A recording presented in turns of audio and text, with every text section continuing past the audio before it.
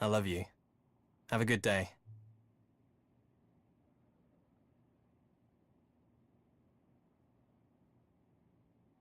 It's easy to forget to appreciate the small things. I think I've done that too much.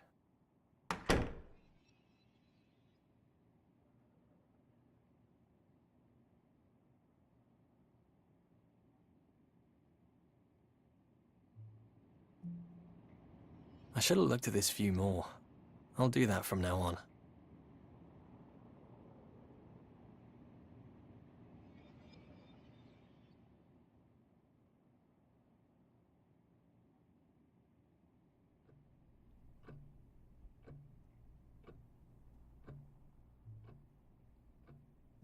I've got to get out of the habit of ignoring the small miracles in life. I only seem to pay attention when something is wrong, not when it's right.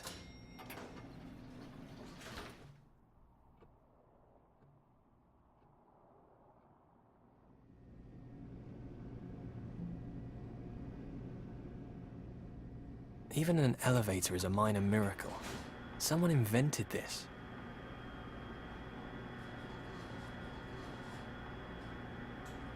I know consciously that there was a time when this technology didn't exist.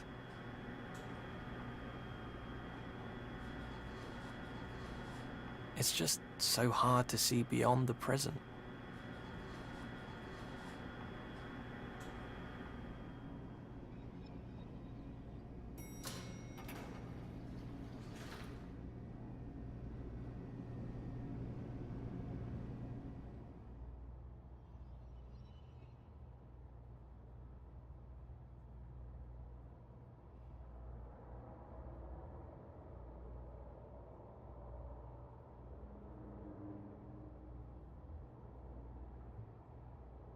I'm going to change things.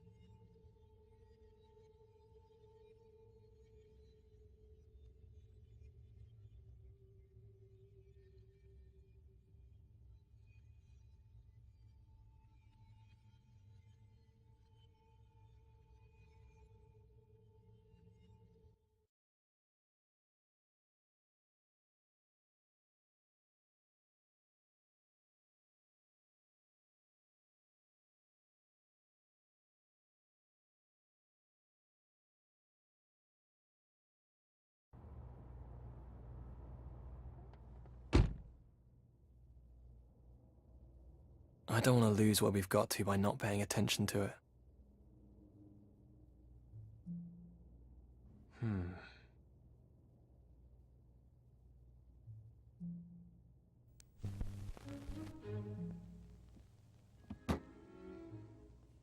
Some routine is good, sure.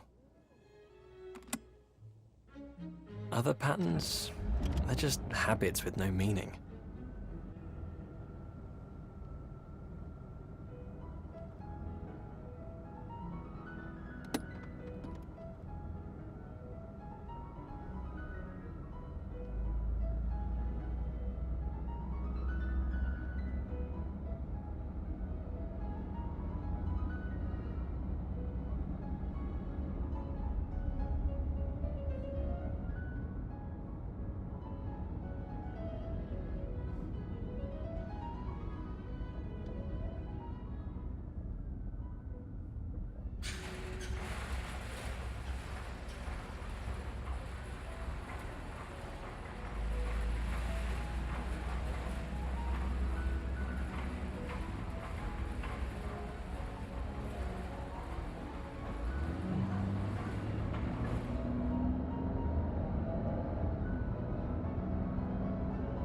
I should have paid more attention to the small stuff, not locked on to avoiding everything that matters.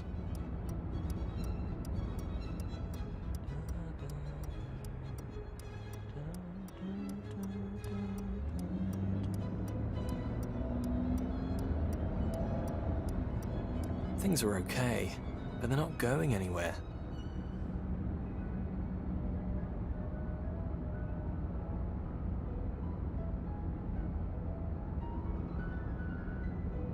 It's time to take control.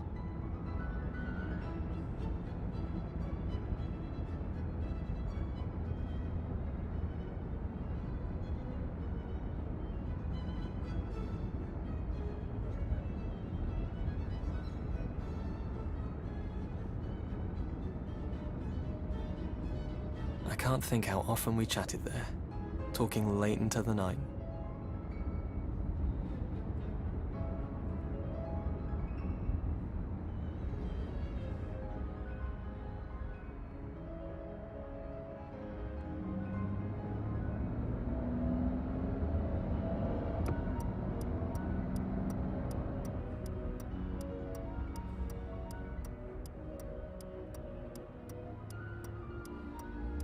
Maybe we'll go feed the ducks this weekend. I love the way they walk.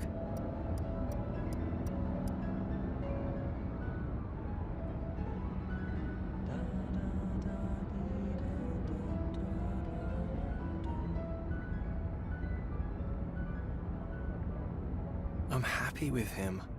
I have to be sure he knows that.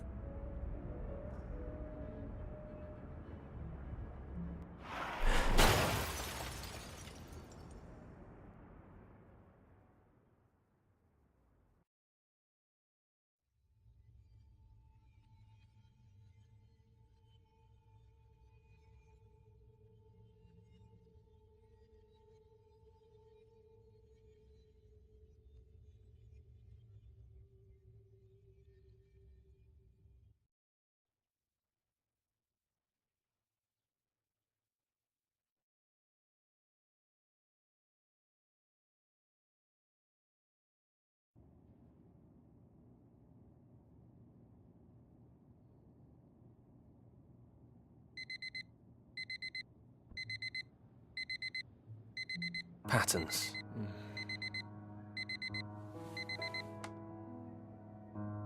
Every day that alarm goes off.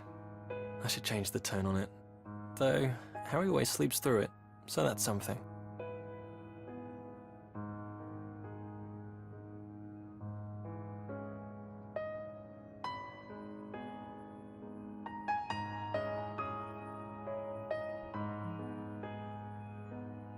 This isn't what I imagined or wanted.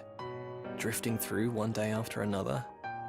Together, but not aware. Something like that. Why have I just passed by this for so long? It's beautiful.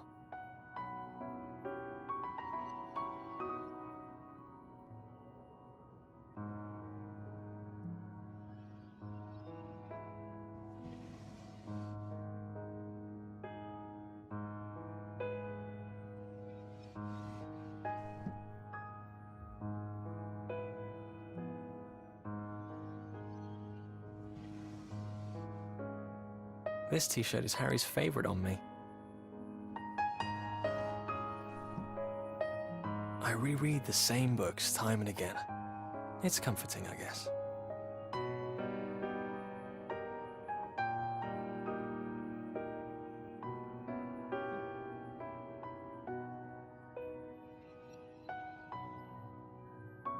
These daily things, they're good, but weigh us down too. I've got to a good place in life, but I feel like I'm not taking it further.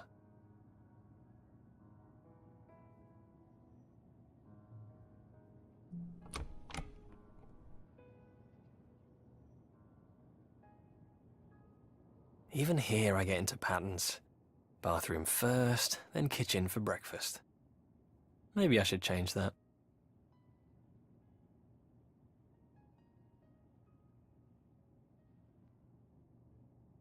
Meaningful change only today. Not pointless ones as a distraction. No excuses. I need to get myself on track. Us on track. Show what I really feel. Marriage. I should ask Harry to marry me.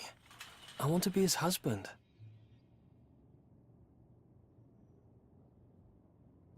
Back when I was at uni and dating Sarah, it didn't feel this way. That was love too, but this, with Harry, I finally get what all the love songs are about.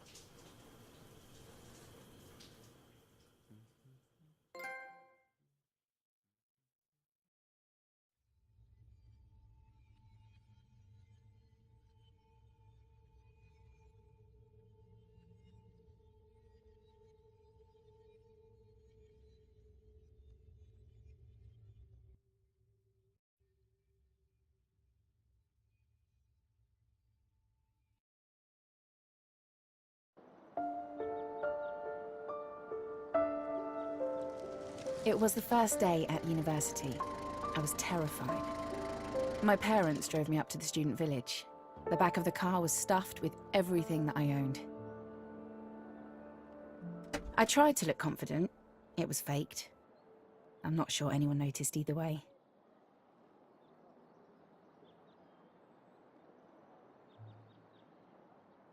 Paul is my mum's boyfriend. He liked Will. My biological dad probably wouldn't have. It seemed like I had an enormous amount of stuff.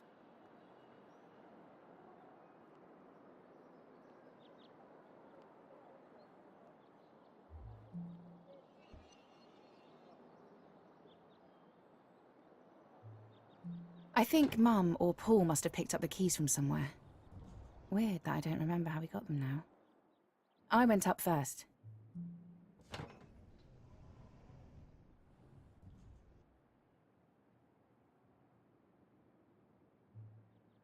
Walking into my dorm room for the first time, I kind of remember how it felt for me. I never thought back then how it would have felt for Mum and Paul. Soon they were going to drive away and go home to an empty house. Just a few more boxes, and their kid wouldn't be living with them anymore.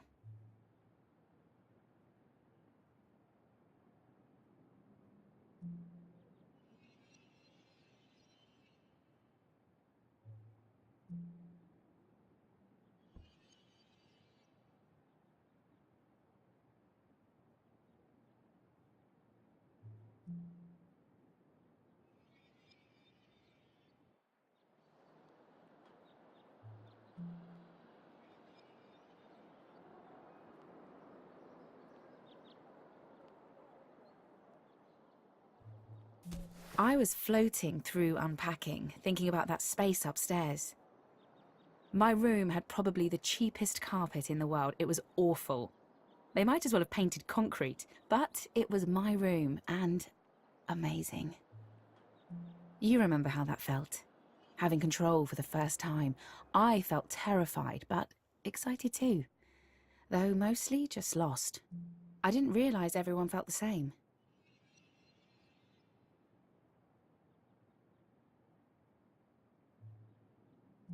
Having a room and being 18, yes, of course I was thinking about dating. I guess everyone was.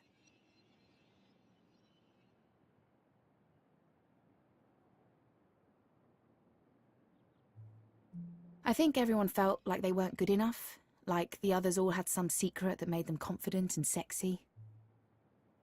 It's not like I felt awful about myself, just like I was really average.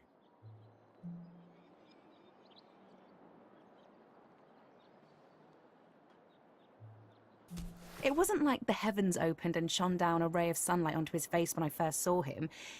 He looked really cute, though. Sexy, I think. Actually, cute's the right word. I didn't really think about sexy back then, I guess.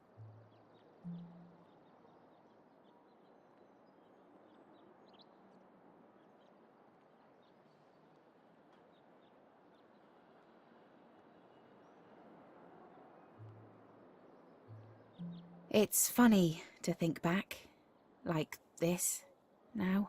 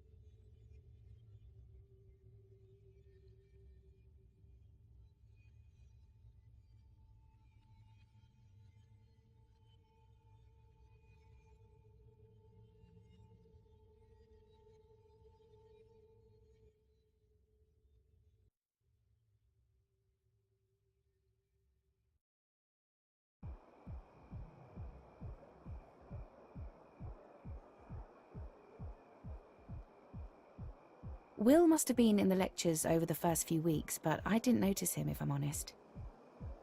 I was so busy with everything and just learning how to live, do laundry, cook every day, that kind of thing. I next remember seeing Will through the window of the Union Bar. I remembered he'd looked back at me on that first day, and it made me smile.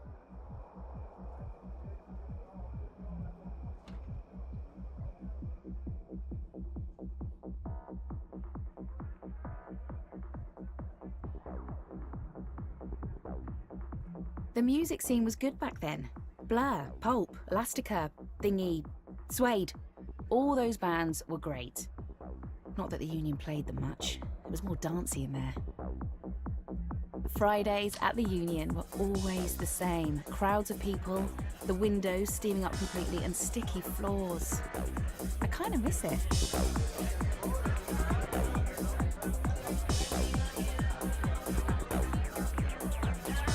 After I'd seen him at the window, I wanted to talk to him. Maybe more. I pretty much went on the hunt.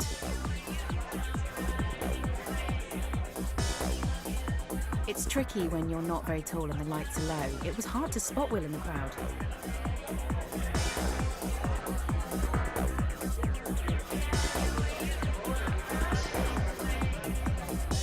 I think I was changing fast. It'd only been a couple of weeks since I got to uni, but I felt very different.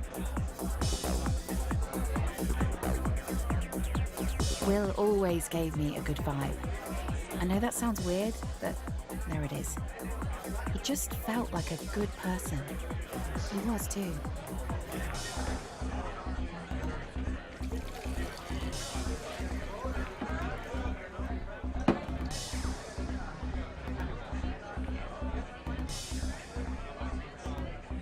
I joined in whatever the conversation was that Will was having. I've no idea what we talked about. I don't think there was any doubt about my intentions. We had a few drinks and tried to talk over the music before I pulled him outside.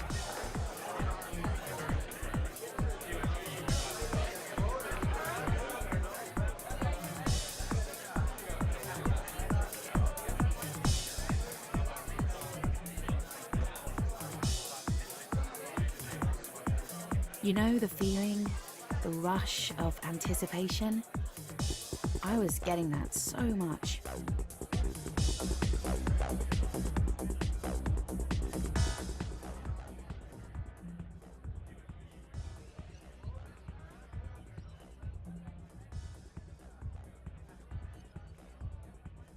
The cold night air hit me and I felt a little dizzy.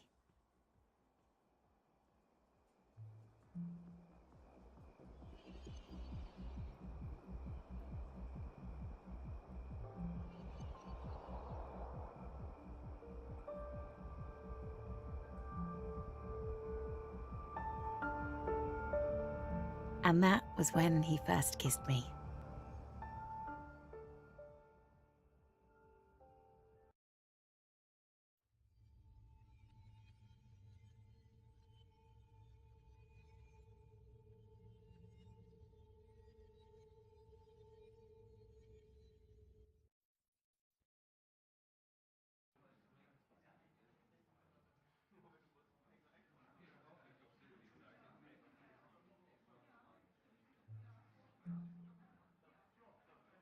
Our first proper date was to the cinema.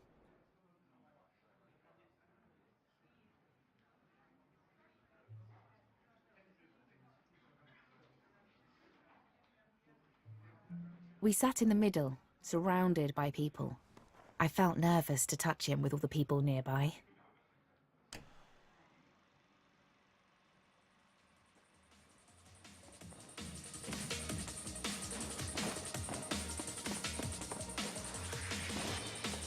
We both fidgeted, trying to work out how to start.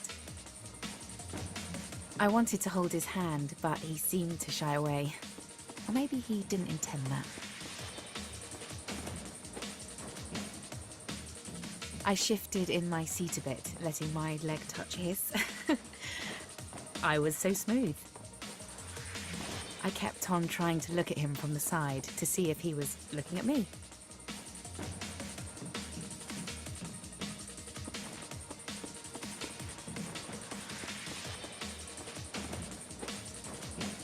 We ignored the film, pretty much. It was that silly action one, with that guy who always acts crazy, thingamy. It was like everything else faded out.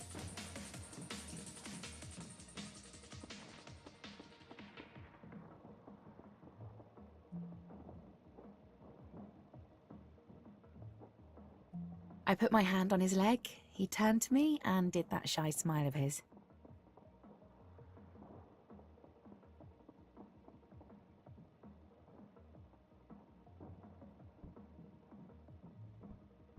He put his hand on the side of my face, just gently on the skin, turning me to face him.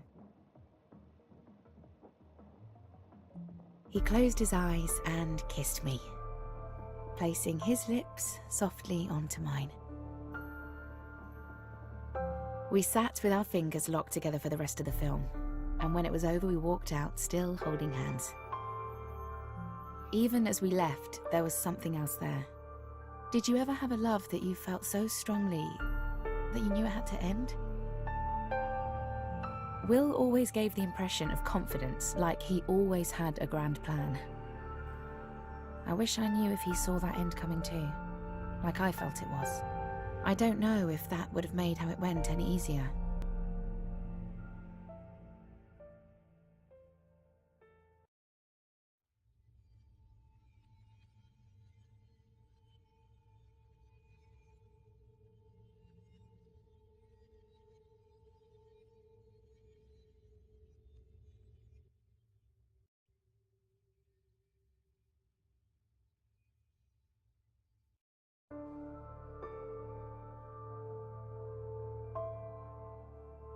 I spent the next day finally doing the unpacking that I'd been putting off. I'd done my clothes and the essentials, but there were other bits to be done.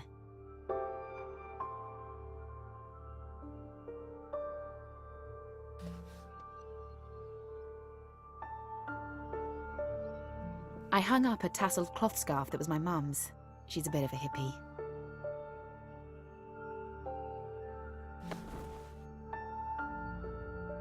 There were some candles my mum had given me.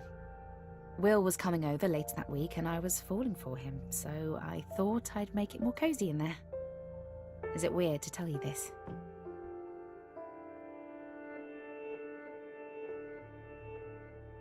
I brought my first ever toy to uni with me. I know it seems weird for a woman to do that, but it brings back happy memories. I've still got that bunny on a shelf in my room. It's like looking straight into the past and some good times. Even the smell makes me happy. I'd packed loads of my old books. Nothing really related to uni, I just liked having them nearby.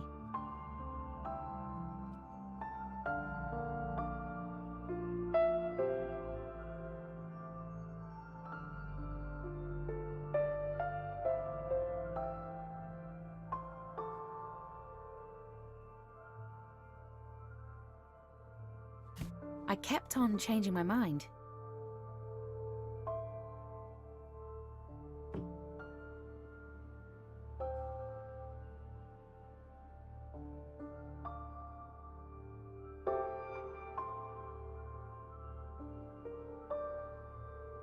It shouldn't have mattered so much, but I wanted the place to look nice.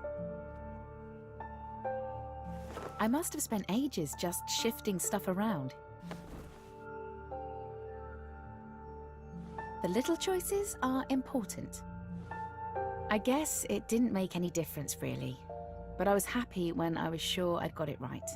I wanted to feel comfortable when Will came over.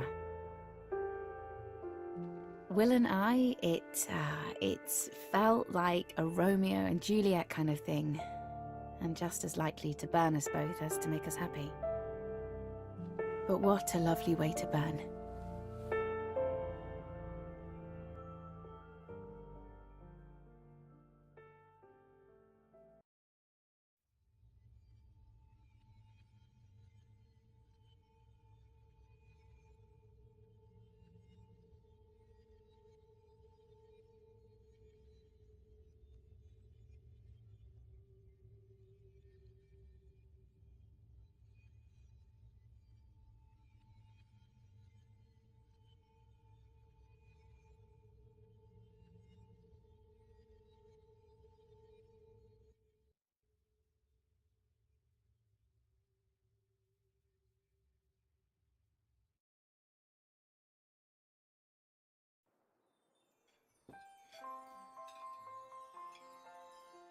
That Christmas, I met Will's family.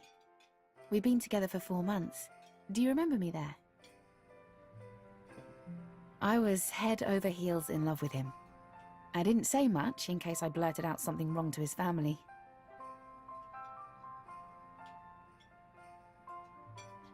I kept on wanting to touch him. There was this really good chemistry with him, but with family around, it didn't seem right. I remember he lightly touched the back of my neck as he poured me some wine, and it sent tingles into my stomach. It was a really nice meal, and we all got on okay.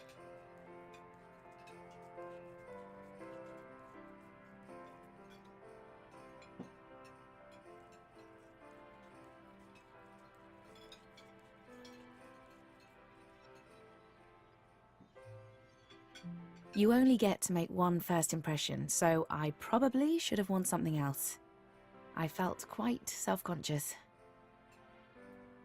I loved him so much, but that feeling I had wouldn't go away, that it was all going to end.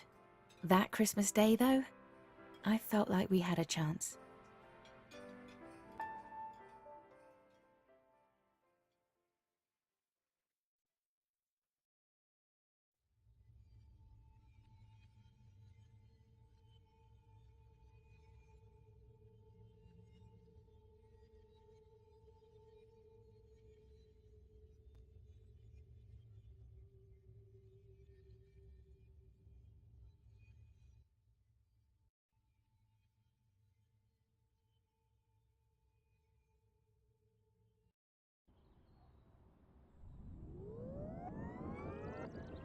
Things were going well, but over the months, I felt the relationship changing.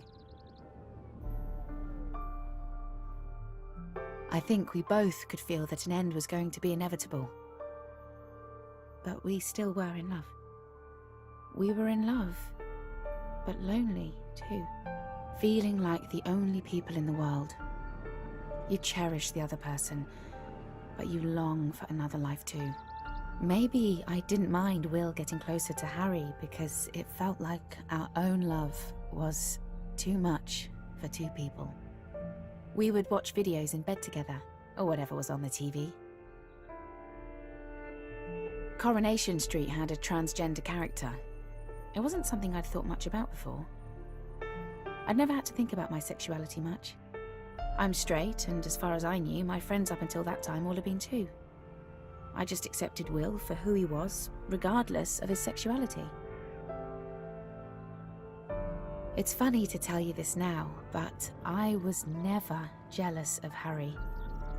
You'd think I would be, but I loved Will so much. I just wanted him to be happy. Will and me were studying English. Harry was on the course too. There was a spark between Will and Harry, that much was obvious. Will was always happy when Harry was around. I couldn't feel jealous. I wanted him, them, to be happy.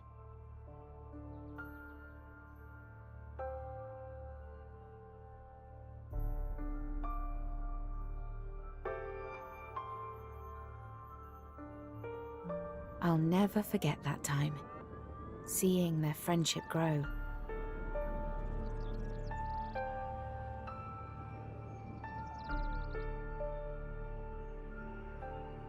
We often put on music to fall asleep to. Will had a CD recording of a thunderstorm.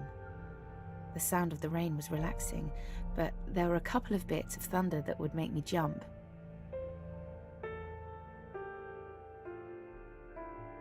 We listened to a lot of Portishead. Even now when I listen to them, I remember being back in that room, in his arms.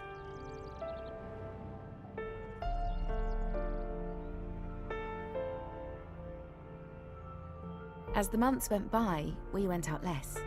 We had a few friends that we'd go out for drinks with, and Harry, but Will and me spent most of our time together.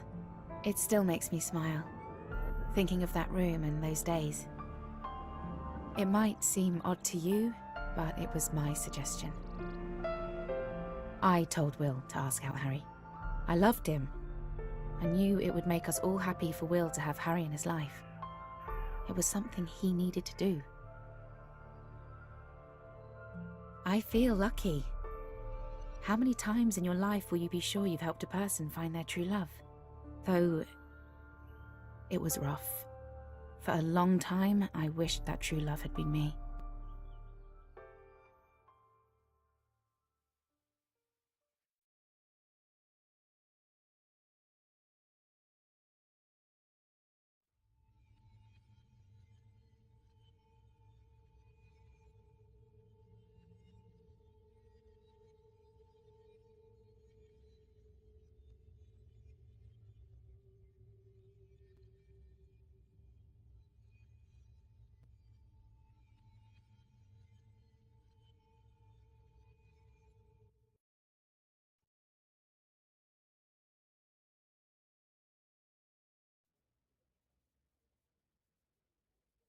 Let me paint a picture for you of the end.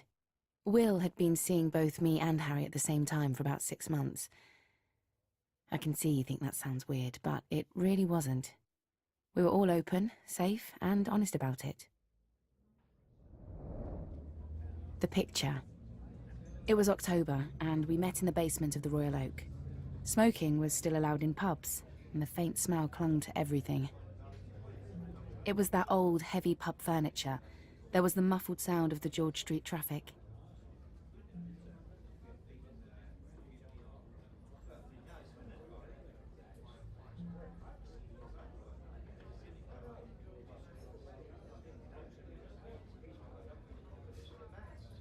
The chairs were covered with a tapestry weaving type of fabric that was worn away from years of use.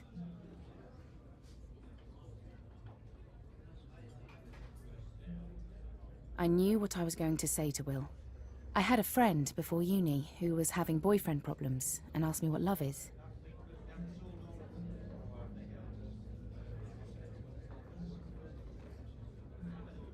I told her that love was being able to tell a person that you never wanted to see them again.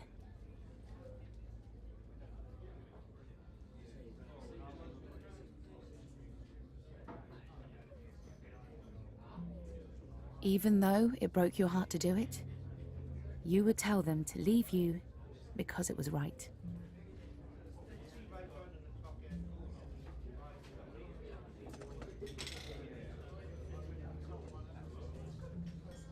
I was quite happy with that answer. Like love was something from a Shakespearean tragedy.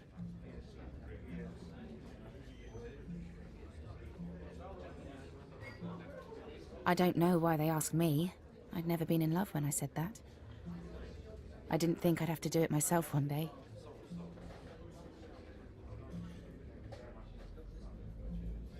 I didn't expect to be right.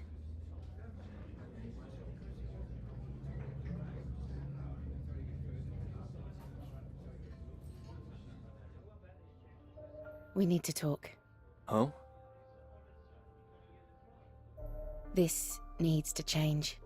You mean us?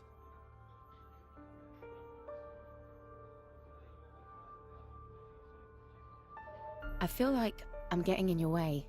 You're not. This is good.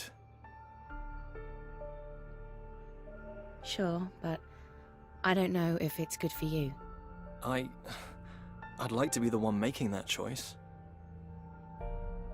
I'm happy with you. I love you, but this isn't about me. I love you too. I want to be with you. I know, but I don't think you should be. Is this it? Can I do anything differently? No. But thank you for wanting to. I don't want this. Me either. But it's right. I love you. I love you too.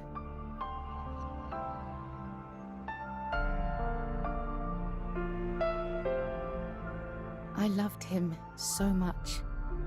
It hurt so badly to let him go. I never forgot him. Love doesn't just stop. I still carry those memories of our time together with me, like a polished stone in my pocket. It feels so real, like I can really hold it in my hands. I cherish the memory of that time we had. I've never loved anyone like that again.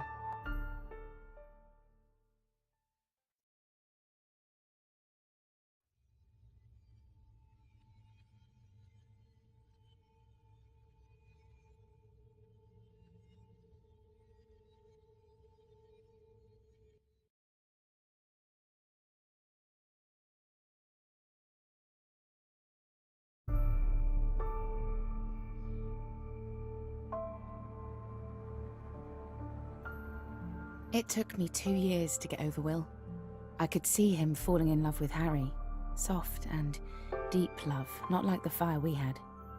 It was beautiful. I didn't really consider that we could all have kept on dating together. You know, it might have worked for a while, but that wasn't what we did. It's just the past. I don't know if what I felt was a proper depression, but it was definitely a really bad time for me. I just worked really hard all of the time and got a great degree grade from it, so that was something good for me from it all. I still have that love with me, and the loneliness passed eventually. I started to date, and in the end, I fell in love again. The love I have now, it's wonderful, and not the same as what Will and I had. Love is unique every time, and that's a good thing.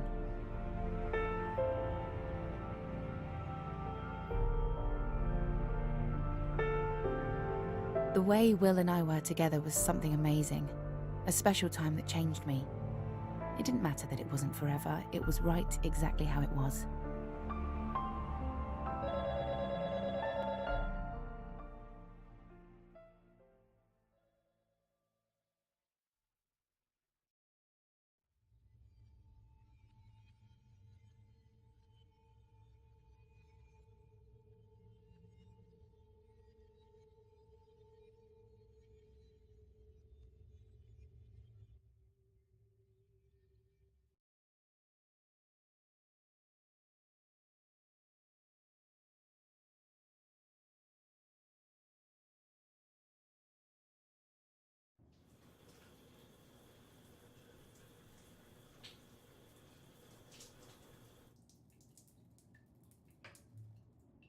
I loved Sarah.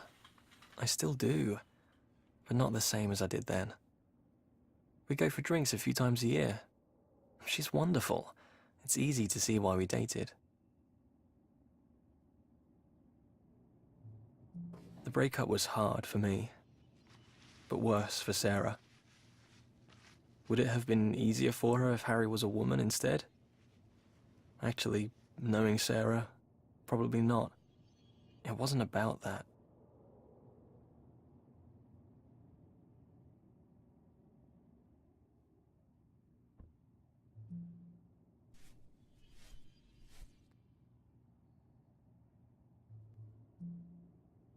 I still feel bad about that time.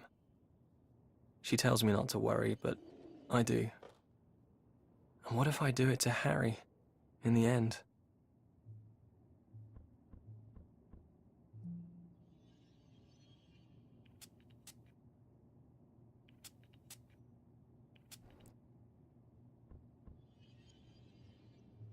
We can't control how we feel. I'm sure I'll piss him off eventually, wanting too much or too little or something. I don't know.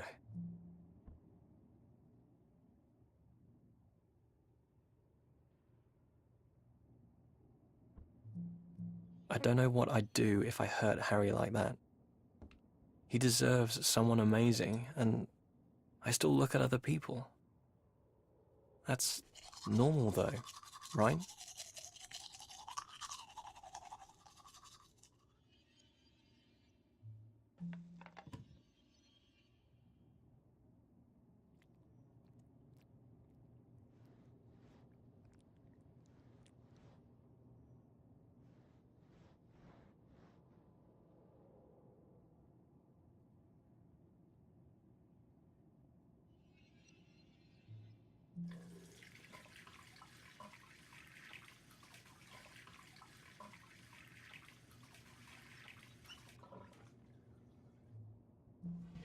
Why am I doing this to us?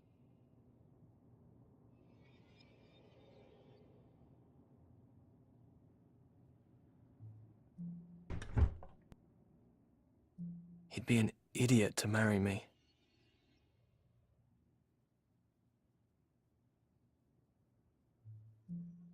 T.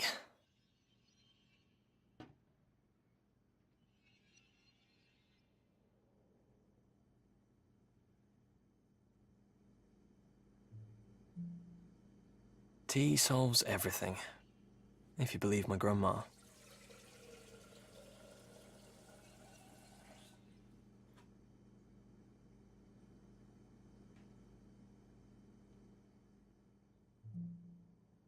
Sarah's got a good life now.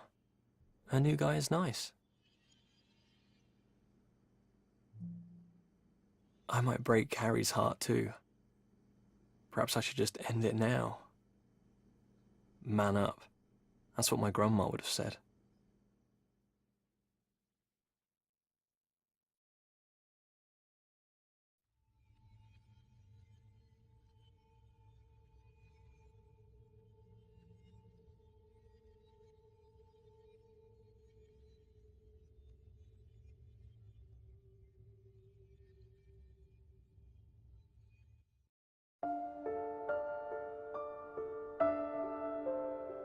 Of course, as Will's grandmother, I knew him since he was born.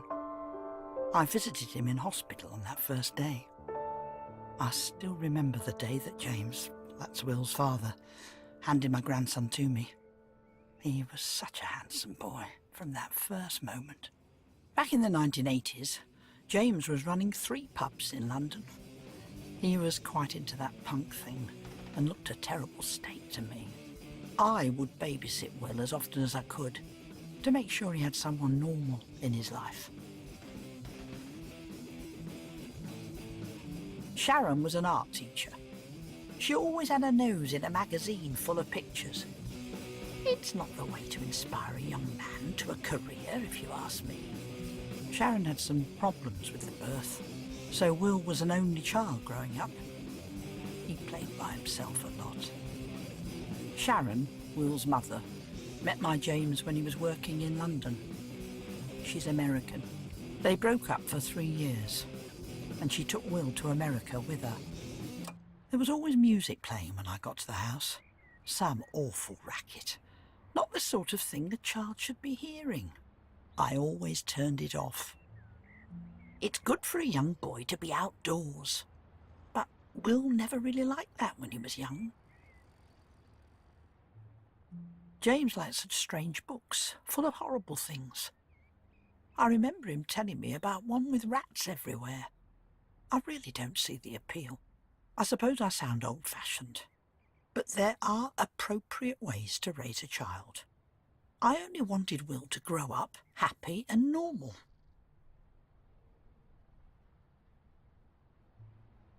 I remember that night because Will had been unusually quiet all evening.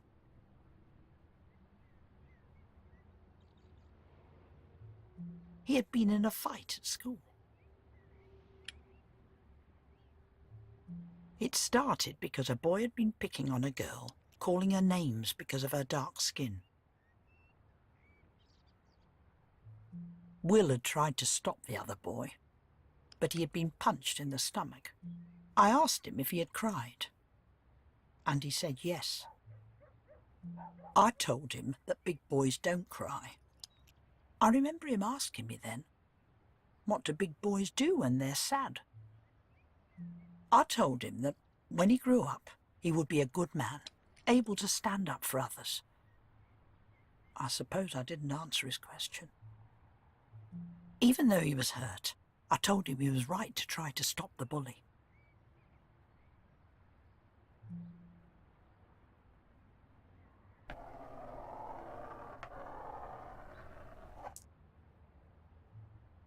Now I think about it, I don't think he was very comforted. Will tripped on a toy when he was going to bed.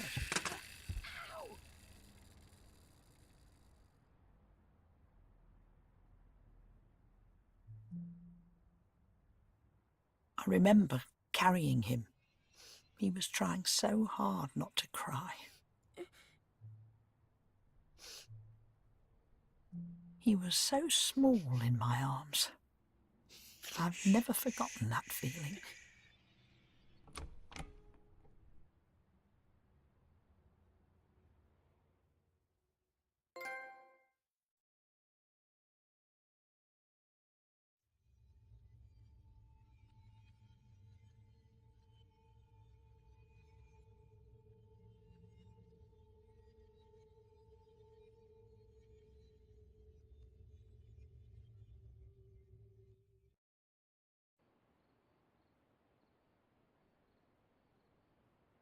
It's funny, the things that you remember. A mix of small things, making up a lifetime. I took him to bed to read him a story.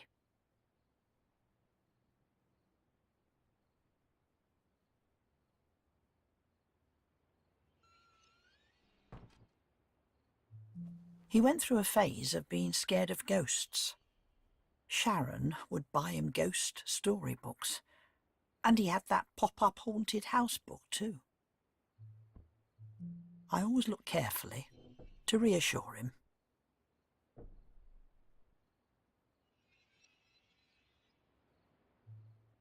I always had to check the room for ghosts before he would settle down.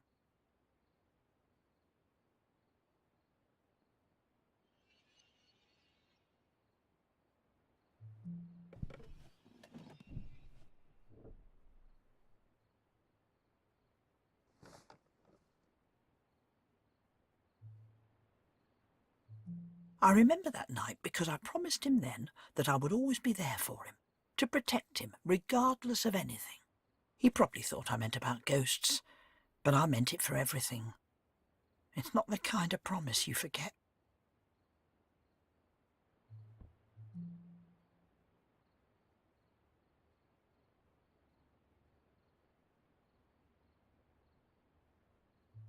I was reading Grimm's fairy tales to him.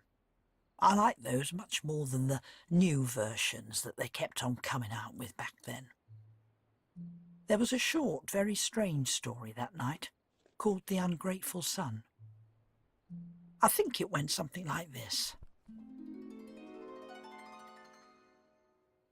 Once upon a time, a man and his wife were eating a roast chicken for dinner. When the man saw his father, who was very old, walking up the road towards them, the man didn't want to share, and so he hid the chicken out of sight. His father came, bid them a good day, and went on his way.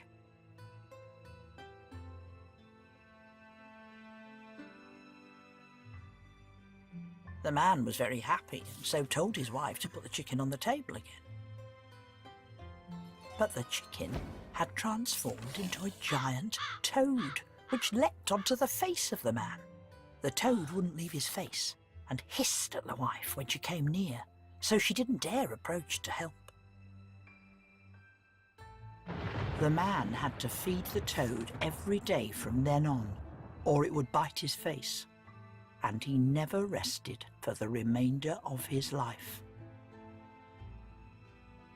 Like I say, it was a very strange story.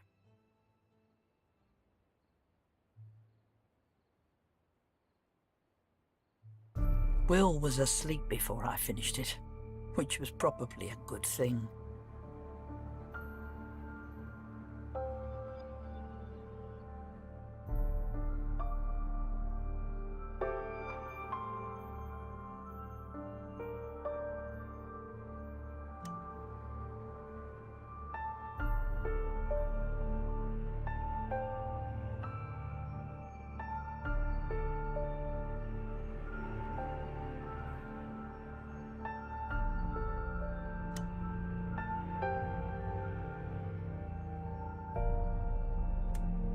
I felt strange after reading it. I wondered about whether I really could keep him safe.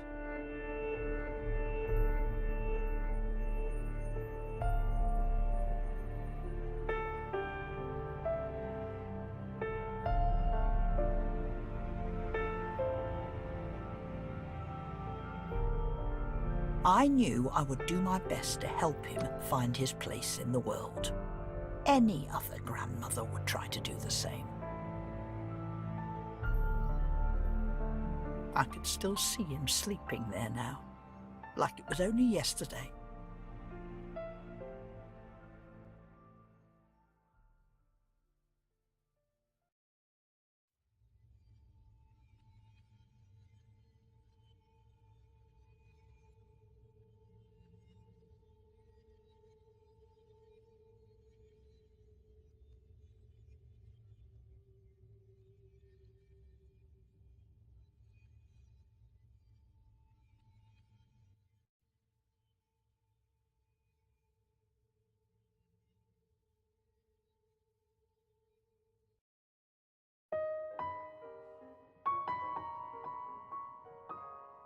I'd raised James, so I thought I would be ready for anything from my grandson Will.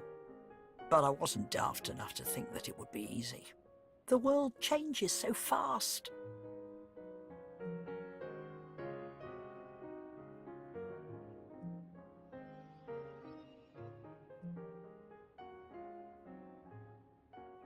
I remember the family visiting me when Will was a teenager. There's a song by Al Martino, Here in My Heart. That was playing when Robert first kissed me. I listen to it when I'm alone sometimes. I like to go down to Brighton, to the seaside, and I would buy a new glass animal every time I went there, collecting them. Everyone should have a hobby, I think.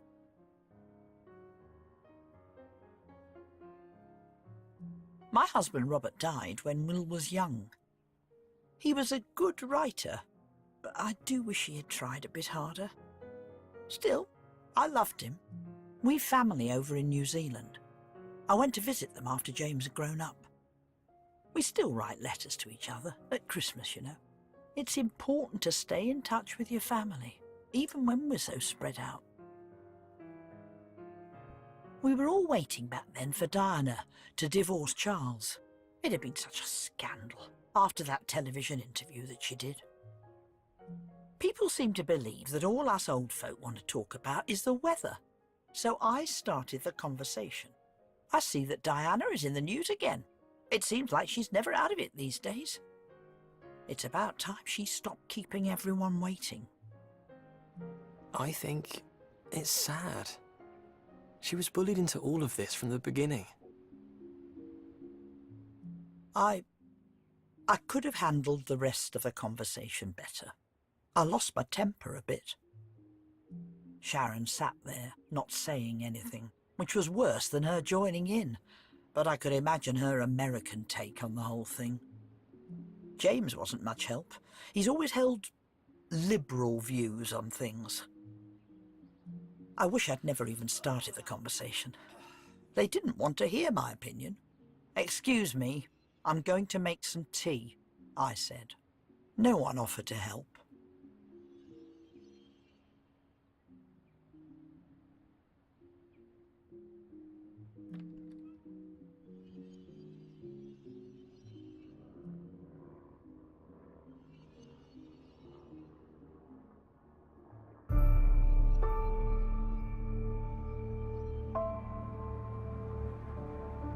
I felt patronised. I don't think they really wanted tea. I didn't really want it either, but I didn't want to stay in there. I suppose all this seems like a strange thing to remember, but it was a sad day for me. There wasn't any choice in my day, but it gave me a quiet life. That was good enough. It's easier to be different now. But all he could see was the need of one person, at the risk to everything else. It's not good to stick out like a sore thumb. You have to fit in.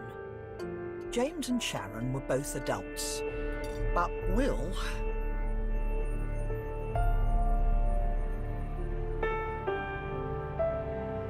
I was scared for him.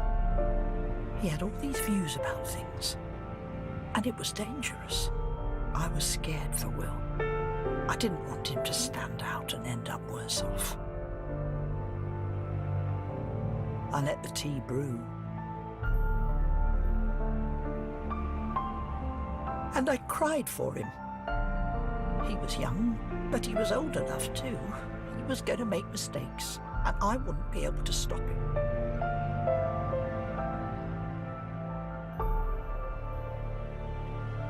I knew something had been broken that day between Will and I.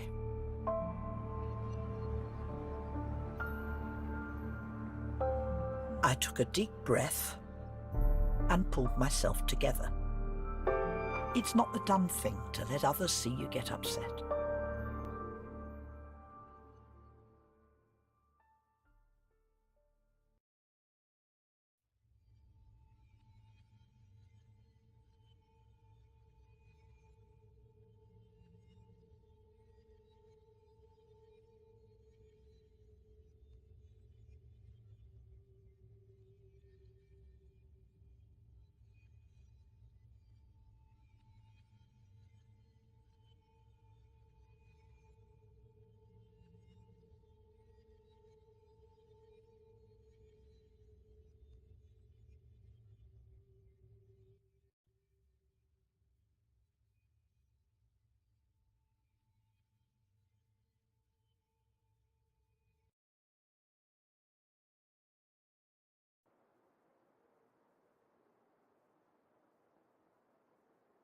I live by myself. I always have done since Robert went.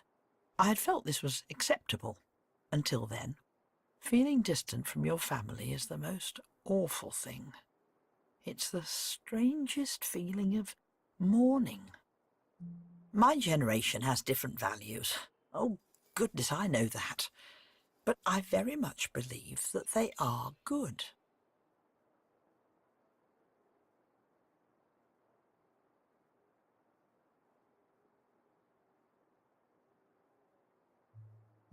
I wasn't prepared to accept that Will wasn't going to talk to me anymore. His views, I felt he was putting his future at risk. All these free ideas about people choosing their own way to live, he would understand later. But how much later? What damage might he do to his life before he saw that you need to fit in to get along? I was nervous about that Christmas. We hadn't been close for a while.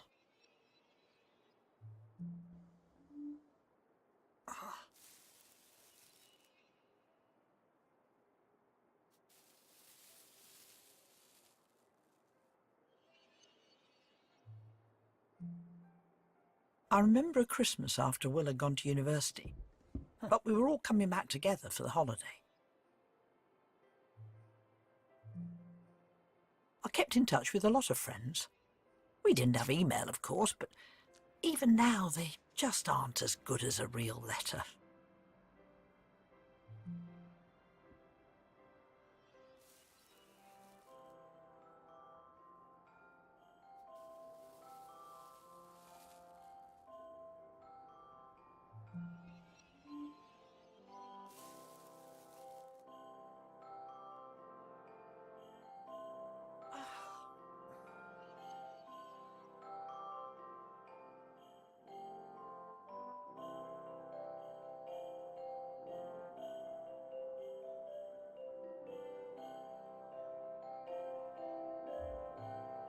It's a lot of work making a house look welcoming, but it was good to be busy.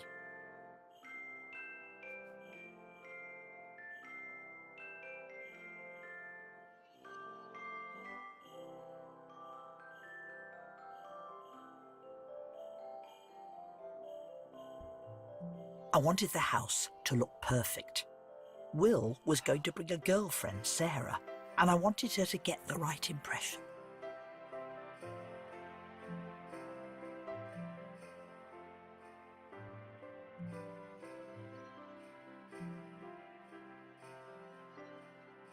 My family arrived just as the Christmas lunch was ready. It was perfect timing. Sarah seemed a little shy, But she was lovely. She told us about her university courses and was thoroughly charming. I hadn't seen Will since he left. I wanted him to understand I wanted the best for him. I always wanted that, no matter if he disagreed with me.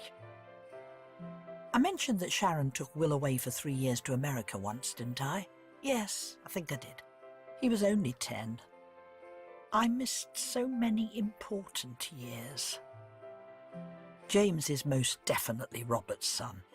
Kind, but capable of so much more than he does.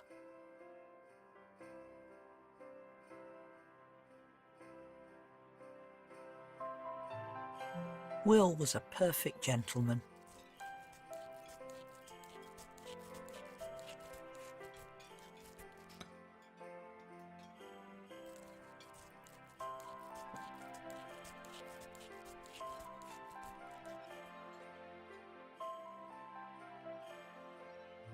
He had such fine manners. Oh, thanks.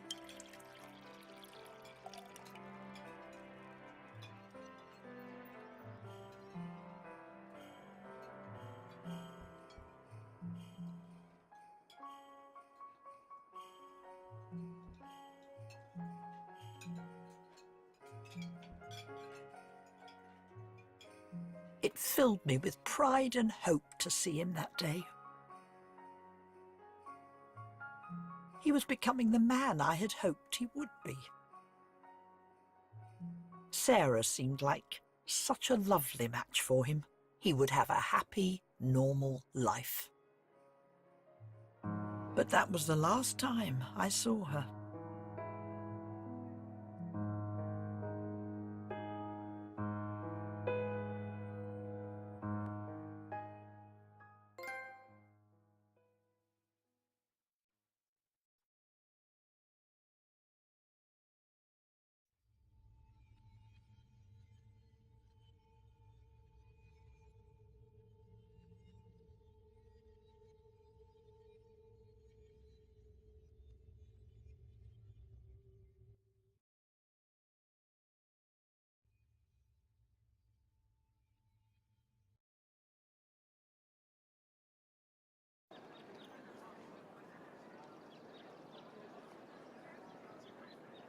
The next summer, I went to visit Will at university.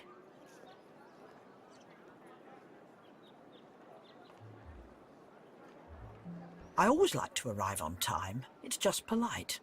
So I had left plenty of time for the drive down to see him. The university had a lovely mix of old and new buildings. After arriving early, I went to look at them. So many excited young people about the place, and such beautiful girls, all full of pep. I was also hoping I might see Sarah again. Going to university wasn't normal in my day like it is now. I never had the chance to go and improve myself. I saw Will before he saw me. He was a short distance away, and I couldn't make out what he was doing. Then I saw that he was holding hands with a man, and then they kissed, out in the open where anyone could see.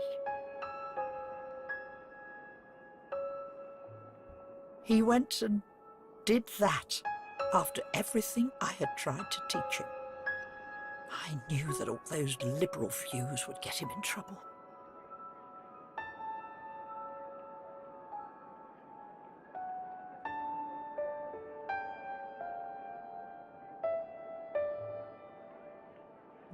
I left right away. I didn't know what to say to him.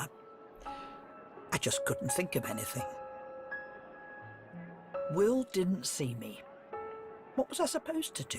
Act like everything was going to be okay for him? He was still so young.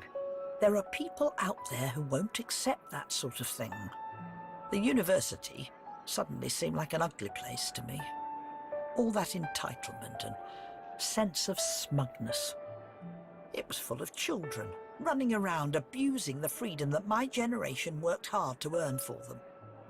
After everything I had done for him, he was doing that, putting himself in danger.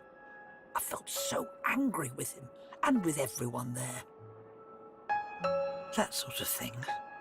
It all just feels wrong to me.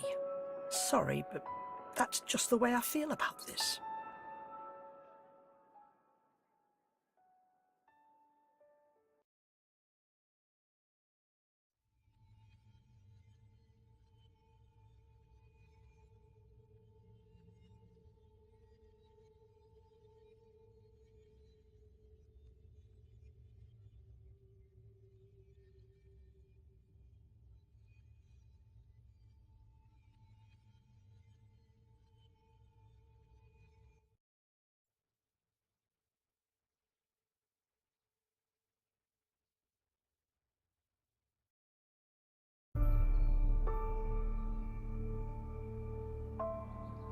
I barely saw Will for the next few years.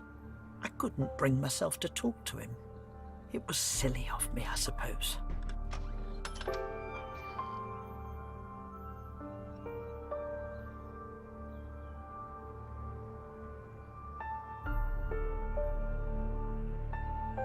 He had gone travelling after university, and I stayed at my house.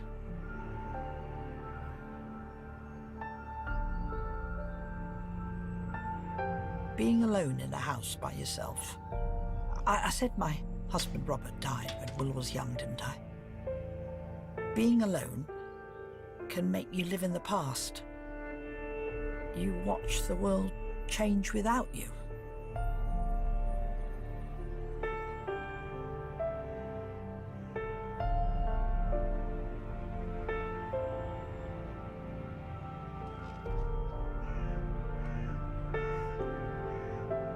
I had such hopes for Will, and all the things that he would be when he was a man. He's still that tiny, playful little boy in my head, I think. He probably never really understood how much I loved him when he was growing up.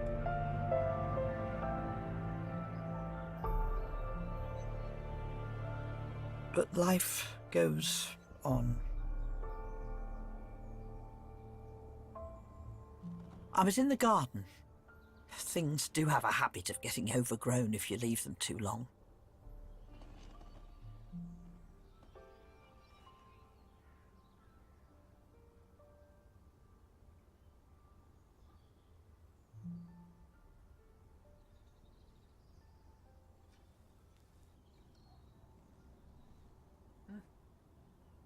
Will would occasionally send me a postcard from somewhere foreign on his travels.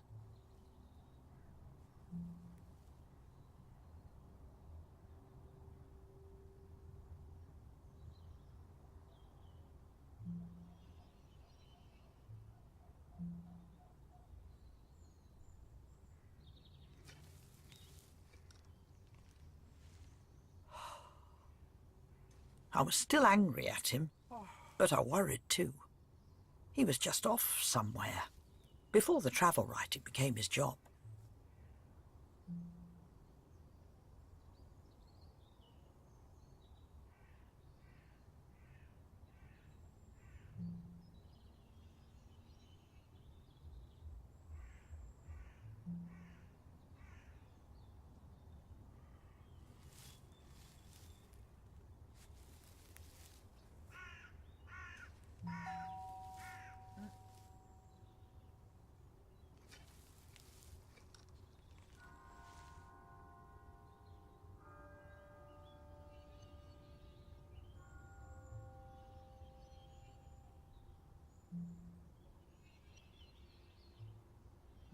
Of all the damn things, I twisted my ankle when I was going to answer it.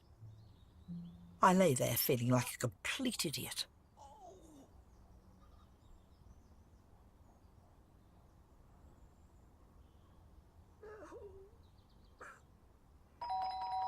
There was nothing I could do.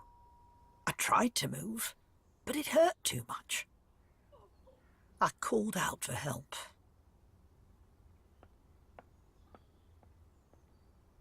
I heard someone coming around the side of the house.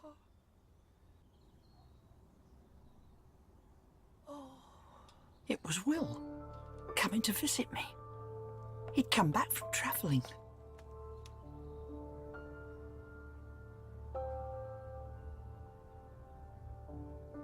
I had been so cold to him, never reaching out, but that didn't matter to him. It's okay. He looked after me anyway.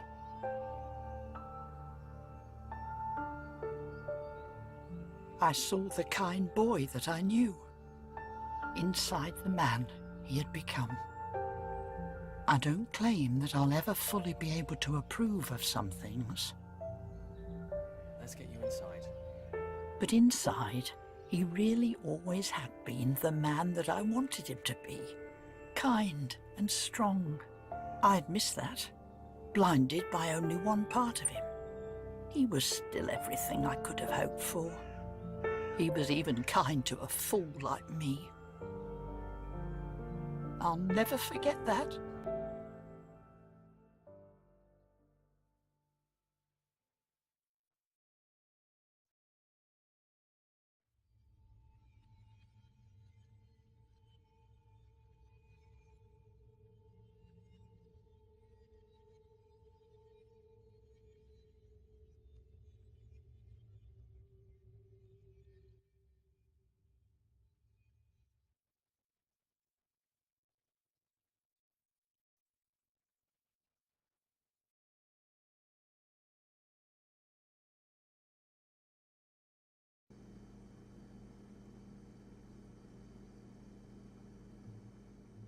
Grandma isn't going to change overnight, but she's starting to grow for the first time in a long time, I think.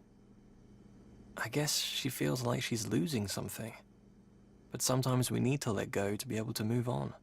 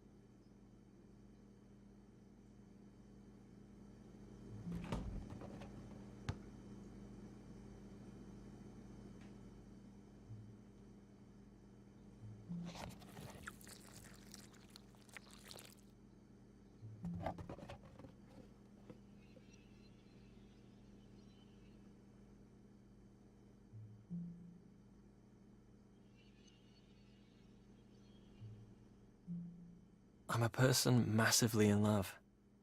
Feeling so much is scary, but I know it's right. I needed to grow too, so I could accept just how much Harry means to me.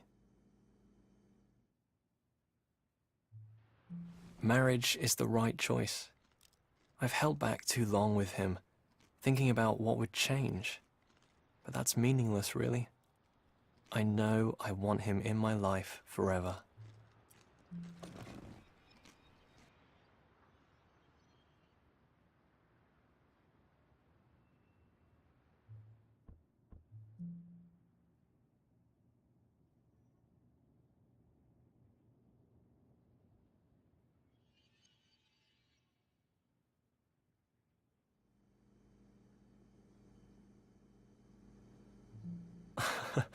We could start a family.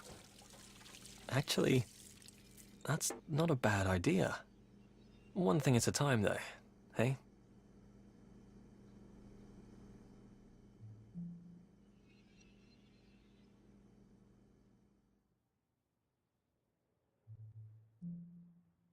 He's never said he wants this, as such.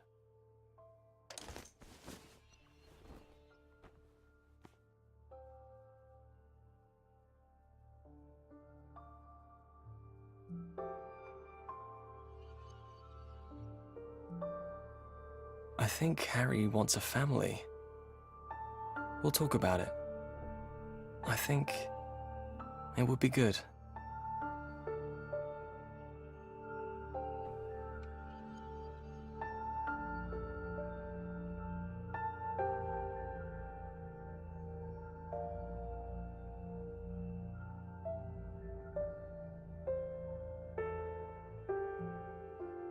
This is gonna be a big day.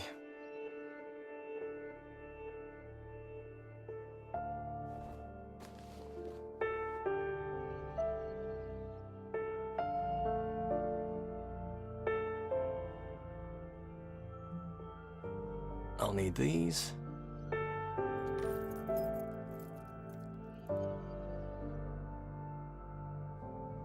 Forth into the undiscovered country.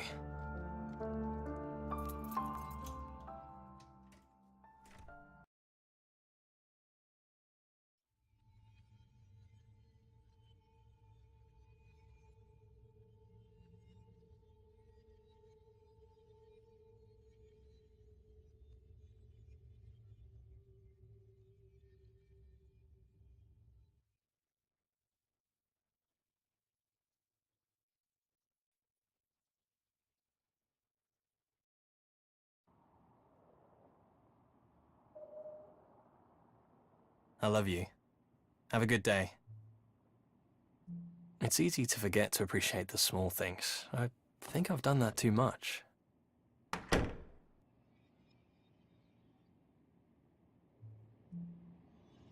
I should have looked at this view more. I'll do that from now on.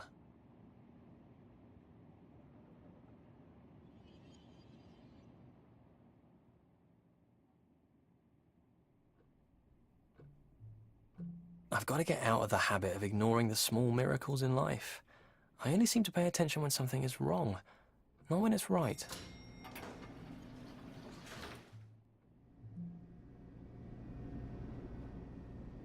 Even an elevator is a minor miracle. Someone invented this.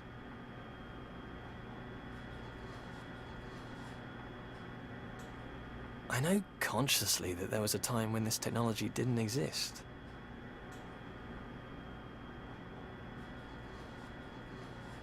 It's just so hard to see beyond the present.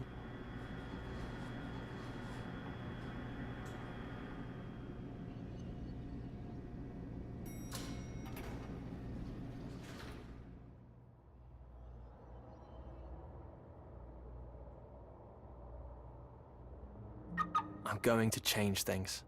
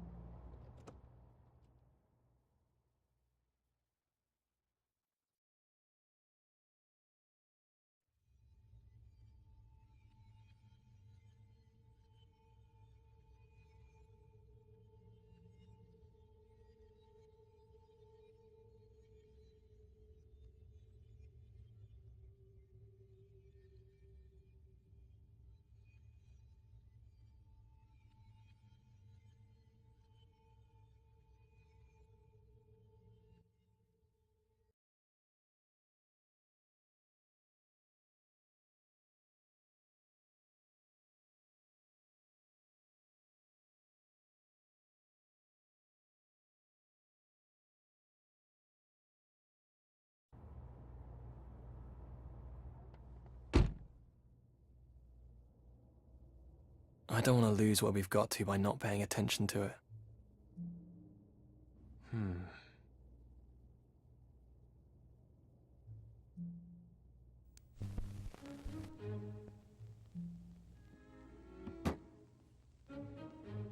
Some routine is good, sure.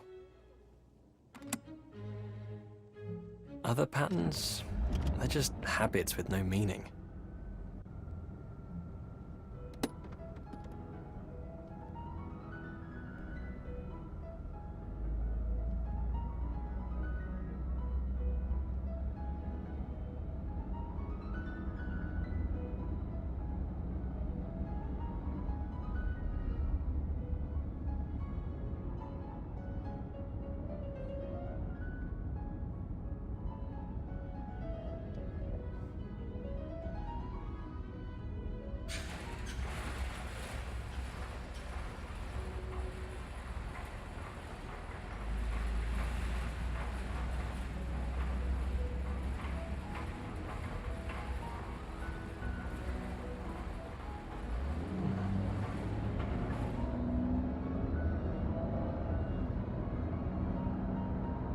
I should have paid more attention to the small stuff, not locked on to avoiding everything that matters.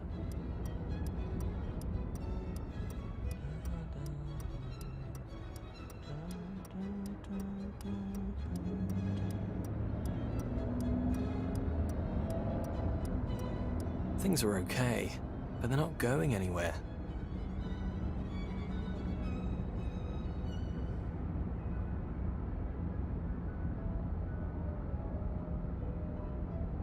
It's time to take control.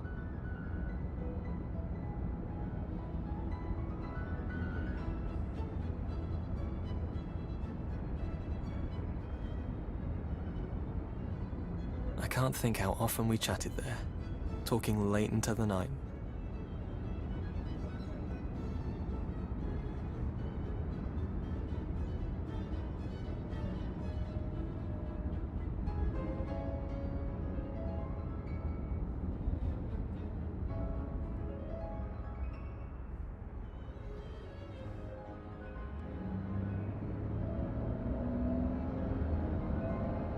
Maybe we'll go feed the ducks this weekend. I love the way they walk.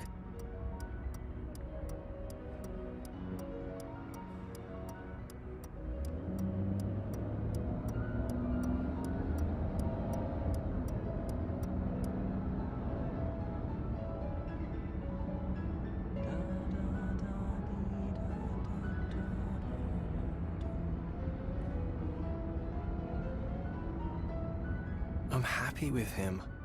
I have to be sure he knows that.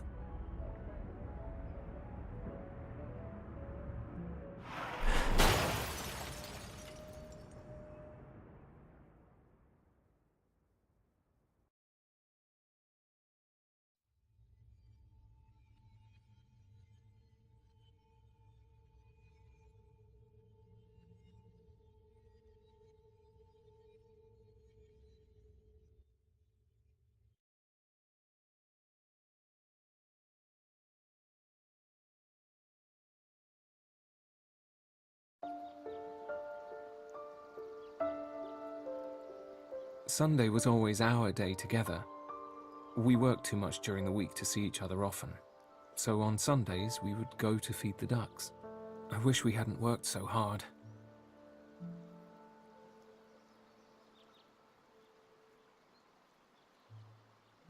That was in the end of the summer, but it was beautiful in the winter too.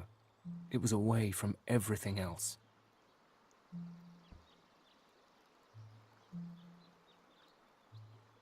It was our place to be together.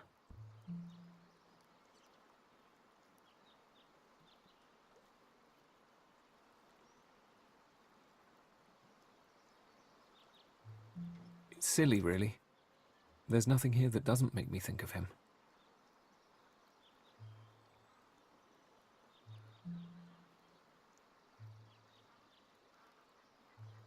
He loved ducks. They always made him smile. It was something in the way they walked. And then one day, he was gone.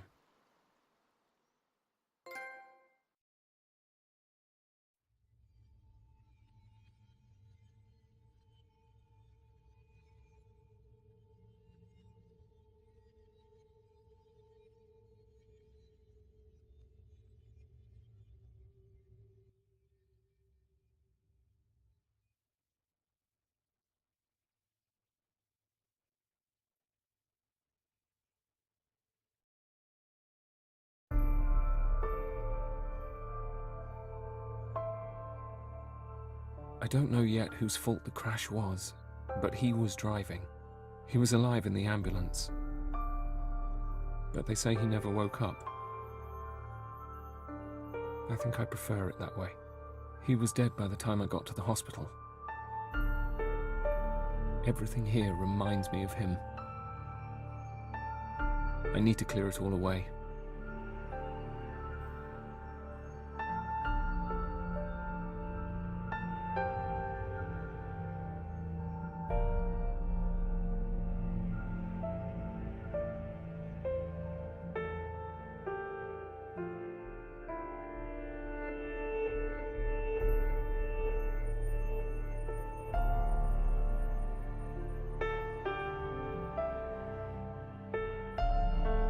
He loved traveling.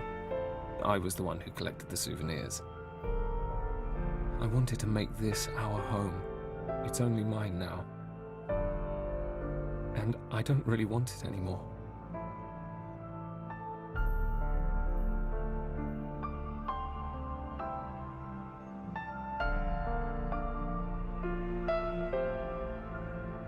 His toothbrush.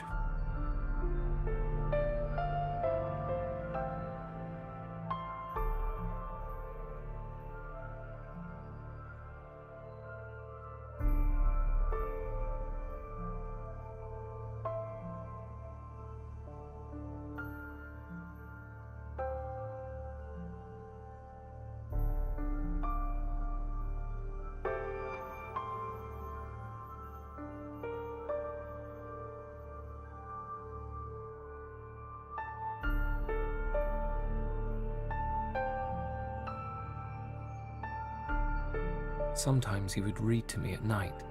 I would lie with my eyes closed, just listening to the sound of his voice, feeling my breathing slow, knowing he was beside me.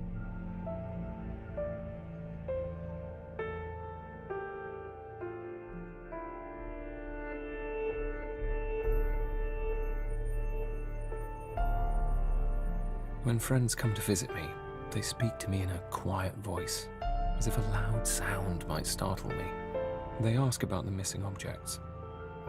I say, I'm going for a minimalist look. They nod and give me a strange smile, but I know they don't believe me. They know the reminders hurt too much.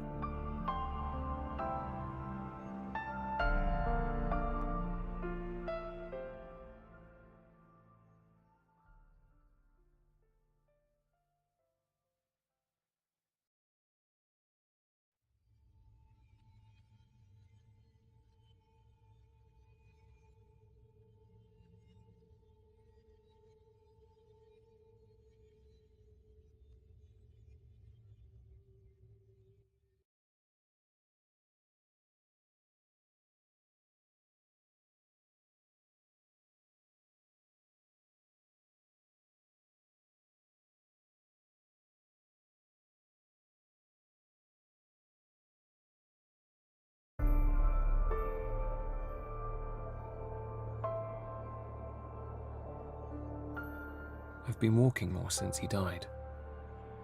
I've been trying to get away from the memories to find something new, but everywhere I go, I see things that make me think of him.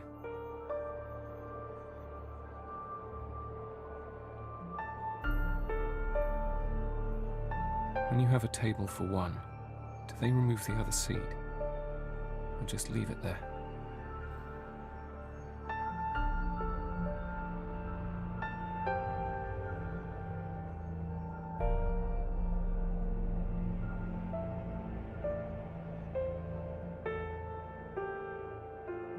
His car hardly had any damage. It's just a habit to call it a crash. It wasn't much more than a bump. He was just sitting in the wrong position, his head turned the wrong way, and the impact broke something inside him.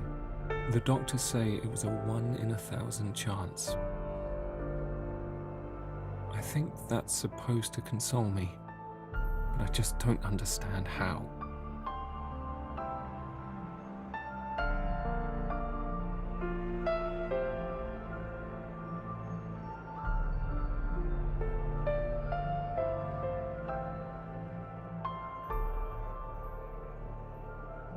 He used to do the dance from Singing in the Rain.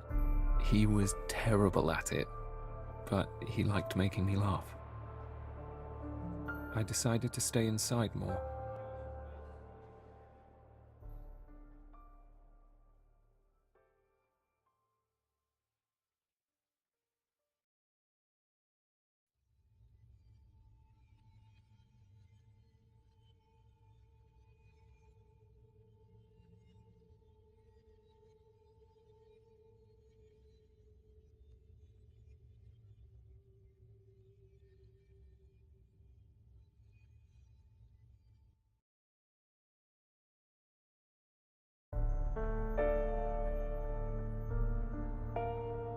Keep to the inside. I can control what's in here. But even at work, there are reminders. I need this space to be clear, so I can be free.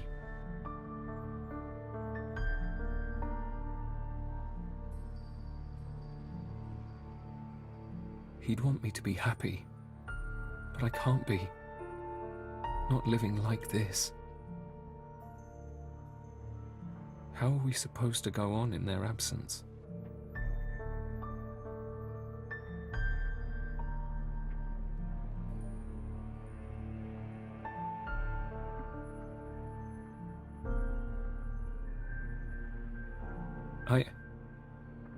I just don't know. I don't know how I feel or how to feel. There's something cold inside my chest, pulling me down. Everything has to go.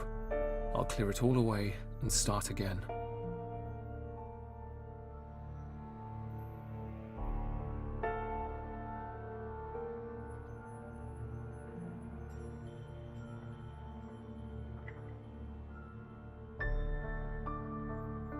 I'm nearly there.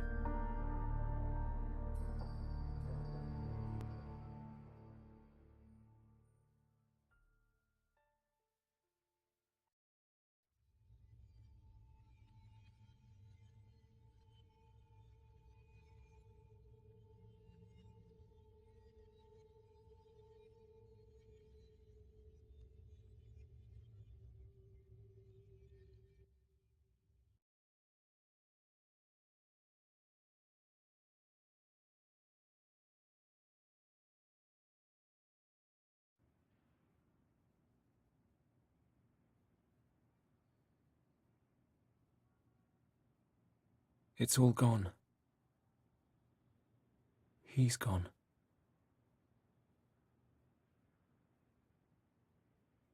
But he's not. I can't get rid of him. Why won't he leave me alone?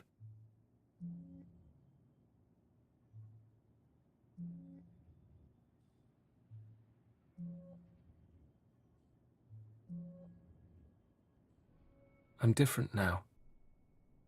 He changed me. I feel the space he's left inside me. But it's okay. It's his shape. That's going to be part of me that I carry forever. Denying that would be killing him again.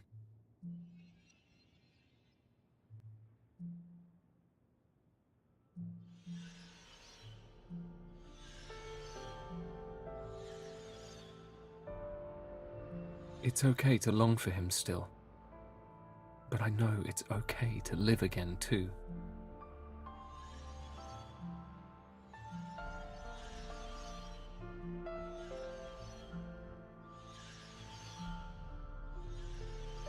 He'd hug me now, laugh at me for crying, then probably burst into tears and start laughing at himself too.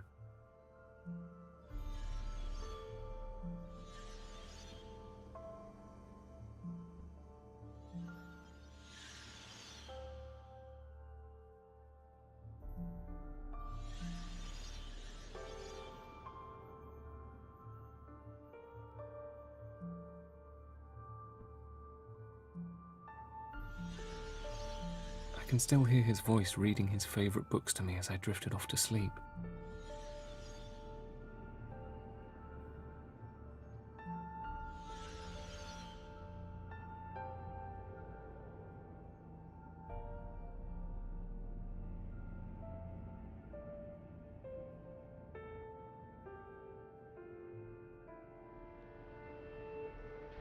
I don't know if this world is all there is, but the time with him meant something.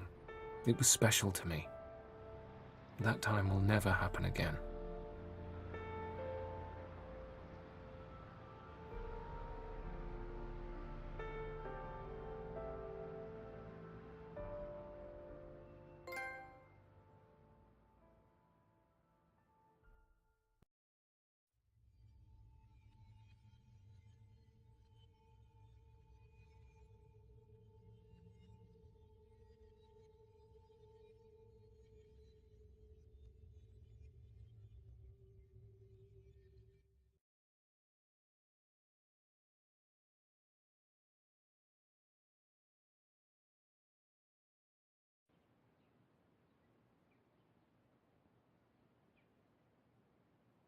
I'll never forget him.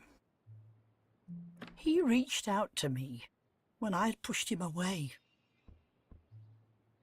Once I looked after him, but that day he looked after me.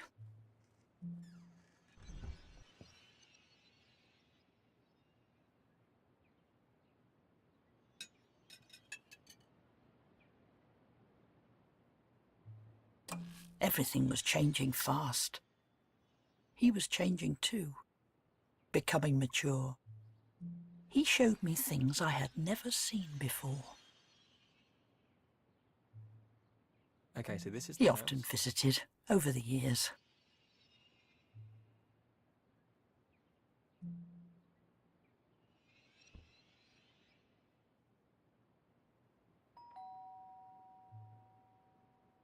And then you came to see me.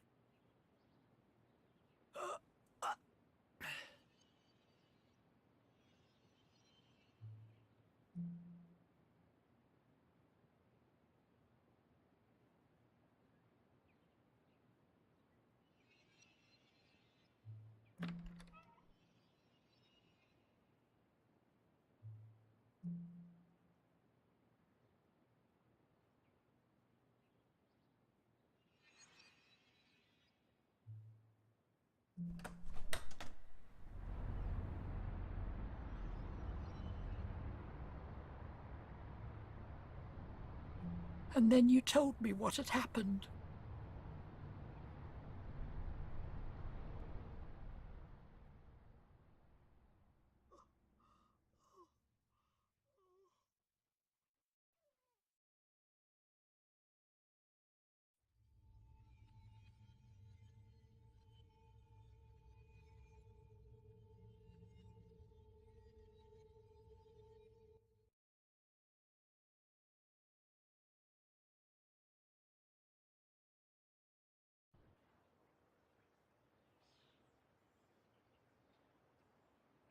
It's one of those strange things. I had just been thinking about Will. We kept in touch a little, then a few years later became friends again when he was working based out of London. It felt good to have him in my life again.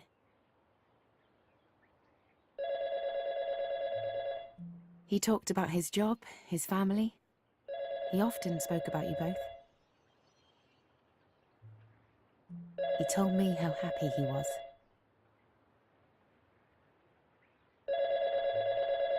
And then you called me. Hello?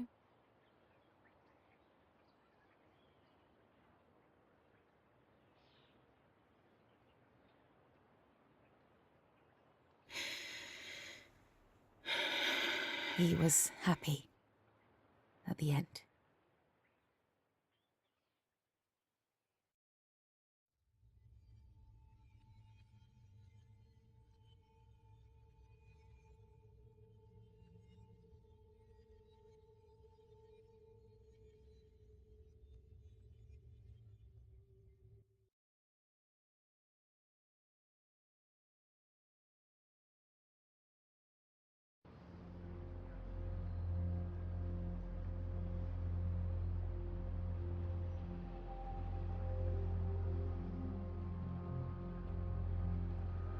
He loved you both so much.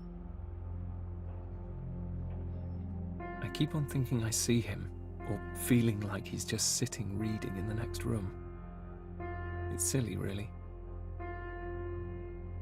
I kept thinking about how bad my luck was, but that's not true. We were lucky. We were so lucky.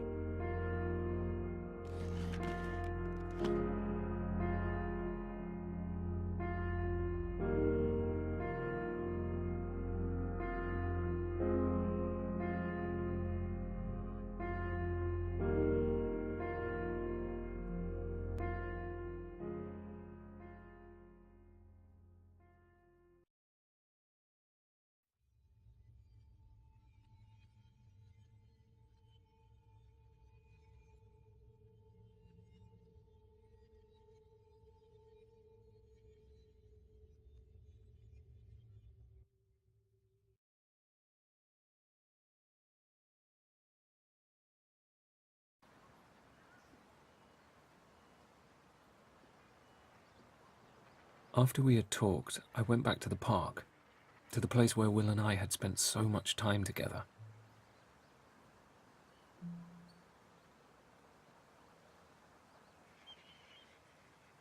They had shared fragments of his life with me that I had never known. I felt a kind of peace. Talking with them, even without Will, I felt I wasn't so alone. They carry him with them too. I just needed to let myself see that. Life isn't a planned event. It's just a journey. And some travelers only stay with us for a little while. I don't know if I'll love like that ever again.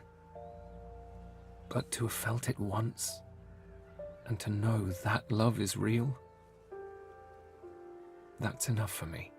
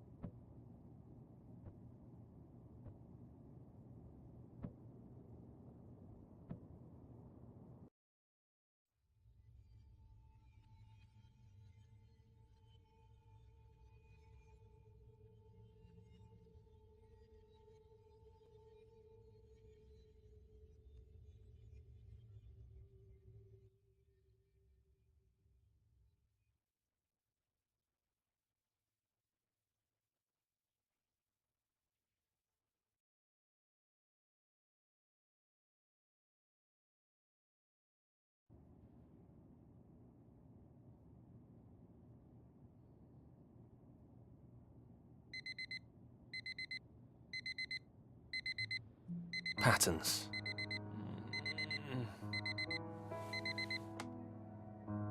Every day that alarm goes off. I should change the tone on it. Though, Harry always sleeps through it, so that's something. A routine is good, to a point. I used to love this efficiency, but I feel trapped by it now.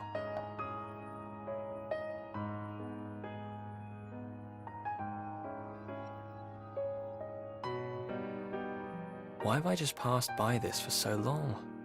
It's beautiful.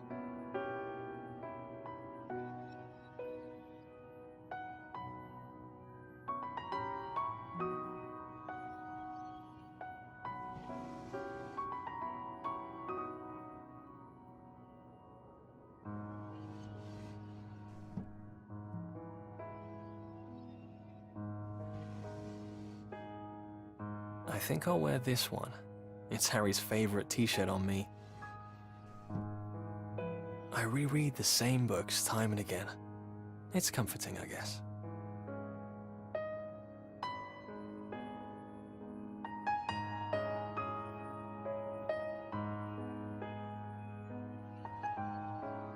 It's good to have reference points in your life, some patterns. I don't want my life with Harry to change, but it will happen if I don't take control.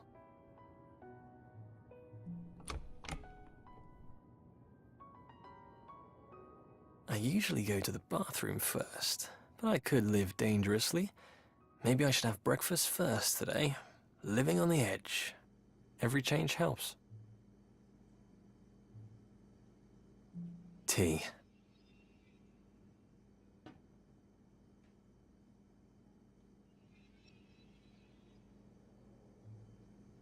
A man takes the lead, Grandma would tell me. I guess I need to step up to the line. I've got a great thing here.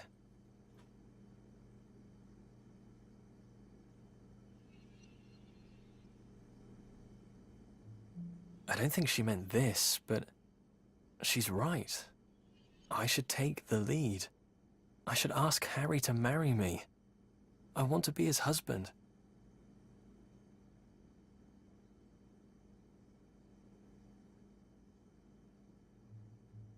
I think maybe Grandma would be okay with it these days. Then again, maybe she wouldn't.